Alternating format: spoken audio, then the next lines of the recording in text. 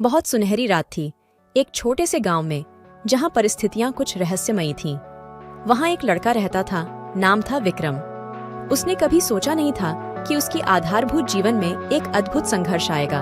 एक दिन विक्रम ने एक पुराने मंदिर में एक रहस्यमयी पुस्तक पाई। उसमें लिखा था, जब रात का पारा गिरेगा और चांदनी की किरणें सब कुछ छू जाएगी, तब एक नया जहां खुलेगा। विक्रम ने सोचा, क्या यह सच हो सकता है? वह अगली रात उस जगह पहुंचा जहां पुस्तक ने दिशा बताई थी। चांदनी बरस रही थी और रात का समय अपना मैजिक फैला रहा था। अचानक एक प्राचीन दरवाजा खुला और विक्रम एक नए संसार में पहुंचा। यहाँ वह एक सुनहरे जंगल में था, जहां चमकते हुए पक्षियों की गायन सुनाई दे रहा था। एक पुराने महल में एक राजकुमारी खड़ी थी, जो विक्रम के आगमन का स्वागत कर रही थी।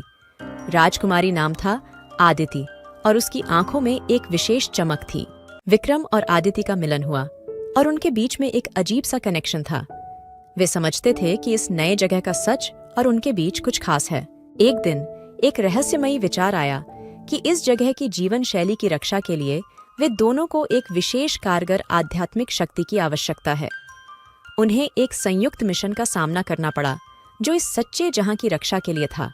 विक्रम और आदिति को अलग अलग कठिनाइयों का सामना करना पड़ा, लेकिन उनकी आत्मा और साथीता ने उन्हें विजयी बना दिया। जब उन्होंने अंतिम रहस्यमयी चुनौती को पार किया, एक नया राजा और रानी उस सच्चे जहां का सम्राट और साम्राज्य बन गए। ऐसा होते हुए भी रहस्यमयी जगह का द्वार बंद हो गया और विक्रम और आदिति ने अपने गांव की दुनिया में लौटने का निर्णय किया।